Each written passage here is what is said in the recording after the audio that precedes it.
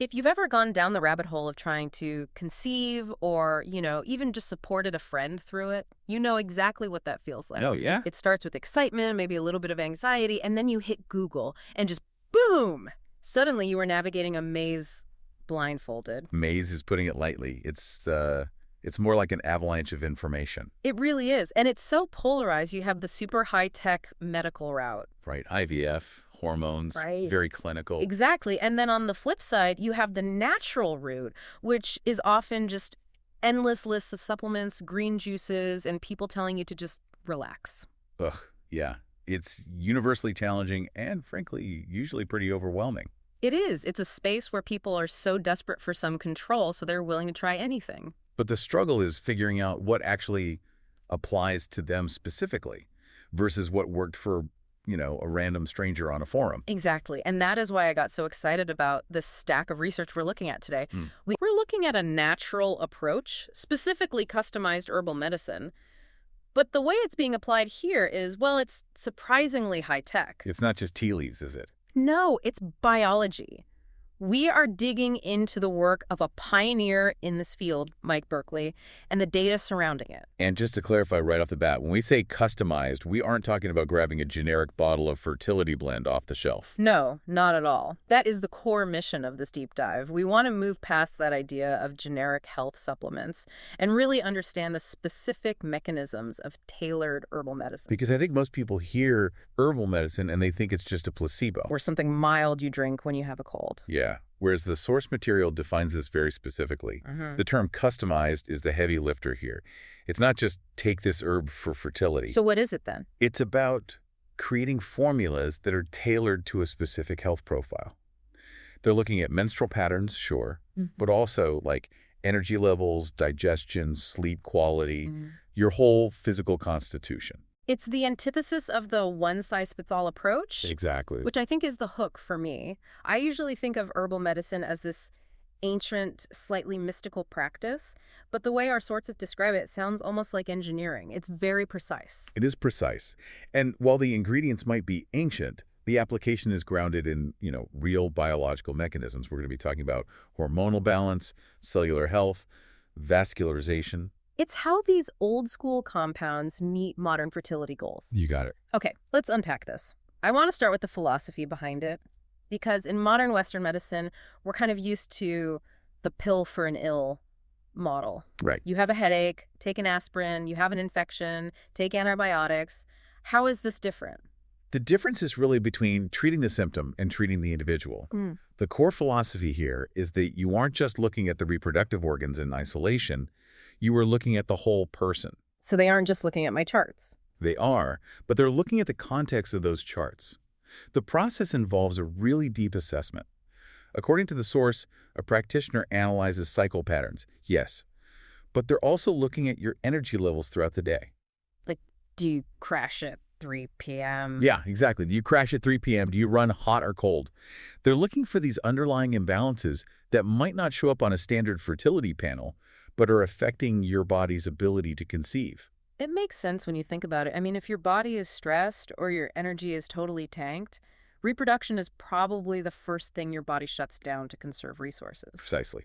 The goal, as it's described in the literature, is to nourish the body and reduce stress to support the body's natural processes. Whether someone is trying to conceive naturally Or they're using assisted reproductive technologies like IVF, yeah.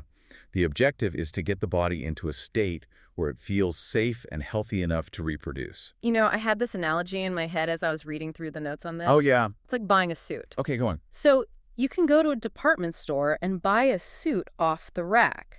It might fit okay, it covers your body, it does the job of being a suit. Right. But maybe the sleeves are a little long or it's tight in the shoulders. That's the one-size-fits-all supplement. It's designed for an average person that doesn't actually exist. Exactly. Customized herbal medicine is like going to a master tailor. They measure your arms, your posture, how you stand. They build the suit to fit you. Right. And obviously a suit made for me is going to look terrible on you and vice versa. That is a perfect analogy. And to take it a step further into fertility, that off-the-rack approach can sometimes be totally counterproductive. How so? Well, everyone's imbalance is different. One person might be deficient and need nourishment. Another person might have what's called stagnation and need stimulation. So if you give the stimulating formula to the person who needs calming, You aren't helping. you're reducing You that. might even be making it harder. Yeah. You could be adding heat to a system that is already inflamed. That's why the diagnosis, the measuring of the suit, to use your analogy, is just as important as the herbs themselves. So the customization isn't just a luxury, it's actually functional. It's about safety. It's essential. The research suggests this approach allows practitioners to target very specific issues like hormonal irregularities or poor reproductive cell quality by adjusting these plant-based compounds to the milligram. Speaking of reproductive cell quality, here's where it gets really interesting for me. I feel like whenever we talk about fertility, 90% of the conversation is about women. Oh, for sure. It's all about eggs, uteruses, cycles. But the sources we have today make a pretty hard pivot to the other side of the equation. Yes, the often overlooked factor, male fertility. It is wild that it's overlooked, considering, it takes two to tango. I felt a little bad for the guys reading this. They get sidelined in the conversation. But the biological requirement is 50-50. It's totally wild, especially because male factors contribute to a huge portion of infertility cases. Some data suggests up to 40 or even 50% of cases involve a male factor. Wow. The source material highlights the big three metrics for sperm quality: count, motility, and morphology. Count, motility, and morphology. It sounds like a law firm. It does. If you've been injured, call count, motility, and morphology. So what are they? They're vital metrics. Count is obviously the number of sperm. Motility is the movement. Can they swim where they need to go in a straight line? And morphology. Morphology is the shape. Are they formed correctly to penetrate the egg? And usually, if those numbers are low, the advice is pretty generic. Quit smoking, wear loose boxers. Right.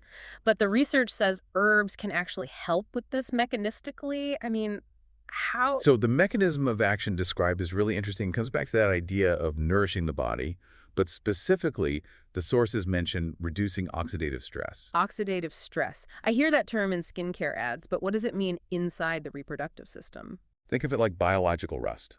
Every time your cells create energy, they create waste products. If you don't clear those out, they cause corrosion.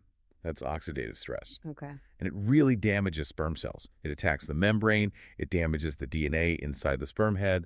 Wait, so the sperm might look okay, but the DNA inside is damaged. Exactly. You could have a decent count, but if the DNA payload is fragmented because of that rust, that sperm might not be able to create a viable embryo, or it could lead to an early miscarriage. So the customized formulas act like rust remover. In a way, yeah. They're packed with antioxidants and nutrients that reduce that stress. By clearing out that biological rust, you boost vitality and support healthy sperm production. So it's not just a guess. No. The source explicitly states that customized herbal medicine has been linked to improvements in all three of those metrics: count, swimming ability, and shape. So what does this all mean for a couple? It means that if there is a male factor involved, which there often is, optimizing sperm parameters can significantly complement whatever else the couple is doing. It's about making sure the seed is as healthy as possible before you even try to plant it. Which brings us to the egg, because the sources had a lot to say about female fertility too, specifically egg quality. And this feels like the holy grail. It is the holy grail of modern fertility treatment. Yeah. We know that as age advances, egg quality declines. It's the single biggest challenge. It affects embryo viability. It increases miscarriage risk. It's the hurdle everyone is trying to jump. And usually the narrative is, well, you can't change egg quality. You're born with what you have and they just get older. Right. But our source suggests that might not be the whole story. It's a bit more nuanced. Yeah. Well, you can't stop time. We don't have a time machine. The environment in which those eggs mature, that matters immensely. The environment. Think of it like baking. You can't change the ingredients you started with, but you can definitely ruin a cake if your oven is broken. Eggs take months to mature inside the ovary before they're released. That maturation process happens in a bath of hormones and nutrients. So the herbal intervention is fixing the oven. Exactly. It's about the cellular environment.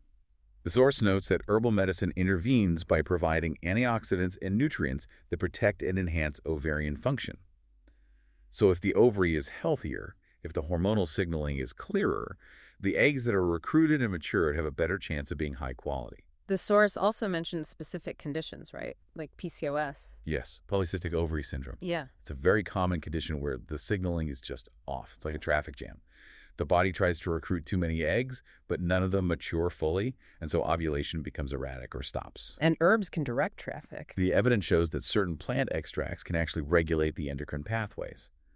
By clearing that pathway, you can help someone with PCOS have more regular ovulation.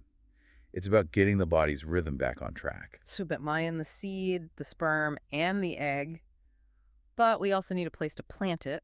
And this was the part of the research that I found really visual. We need to talk about the soil. The soil is the uterine lining, or the endometrium. It is the landing pad for the embryo. And apparently having a thick lining is a good thing. It is crucial. You want it thick, plush, and receptive. If the lining is too thin, the embryo can't implant. Or if it does, it might not be able to sustain the pregnancy. A thin endometrium is a really common barrier to fertility, especially in IVF cycles. So how do herbs thicken a lining? It's not like adding fertilizer, is it? The mechanism is actually vascular. The source details how herbal medicine promotes blood flow to the uterus. Vascularization. Yes, it's about increasing the density of blood vessels and glands in that tissue. More blood flow means more nutrients, more oxygen, and more growth. So you're literally pumping up the lining. You're improving its structure. Think of the difference between a cold, hard tile floor and a thick, warm carpet. You want the embryo to land on the carpet. Oh, that makes sense. The source uses the term receptivity markers. So it's not just about thickness, it's about making the tissue sticky and welcoming for an embryo.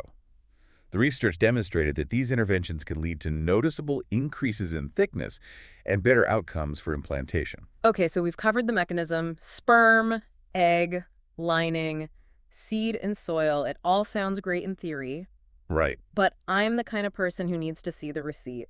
What does the hard data say? Is this just placebo? Like, I drank the tea and felt relaxed. The data is actually pretty striking. The source cites a meta-analysis, which, remember, is a study of multiple studies, so it holds a lot of weight. That found something quite incredible. What's that? Women using Chinese herbal medicine had nearly twice the pregnancy rates compared to conventional treatments alone. Twice. That's a massive statistical jump. It is significant.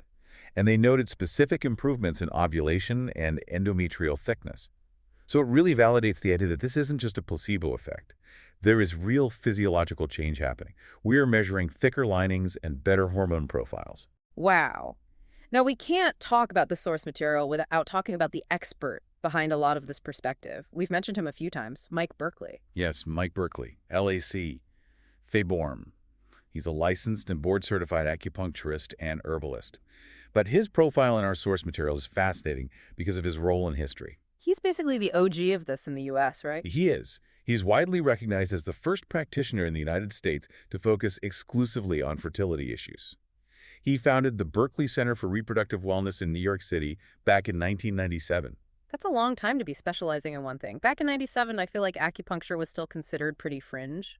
It was. To say, I'm doing acupuncture but only for making babies was a bold move. But what I appreciate about his story is the origin. It wasn't just a business decision. What was it? The source mentions his personal experience with infertility with his wife. They went through it themselves. They did. And that struggle inspired his entire career path.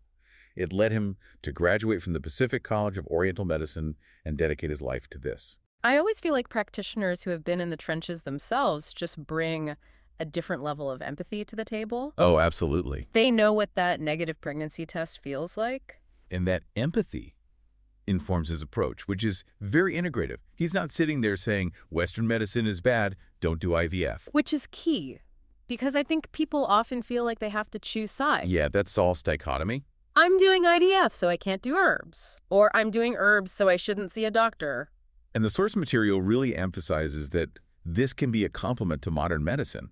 In fact, by improving the soil and the seed, you might actually enhance the success rates of high-tech procedures like IVF. It's like prepping the car before the race. You can have the best driver in the world, that's your IVF doctor, your reproductive endocrinologist. Right. But if the car has flat tires and no gas, you aren't winning the race. That's a great way to put it. The herbs put the gas in the tank and the air in the tires. They optimize the vehicle so the driver can do their job. And beyond just the sperm and eggs, the source mentions broader benefits: reducing stress, balancing overall wellness, which, Hmm. let's be honest, is probably the biggest benefit of all. Trying to conceive is incredibly stressful. It is the silent killer of fertility. Biologically, stress reduction is huge.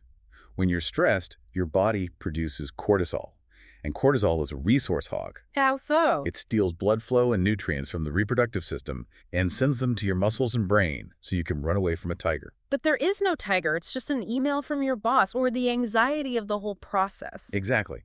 But your ovaries don't know the difference. So if these herbs are calming the nervous system, telling the body the tiger is gone, they're doing double duty. They're regulating the hormones and signaling safety to the body. So let's try to summarize this deep dive.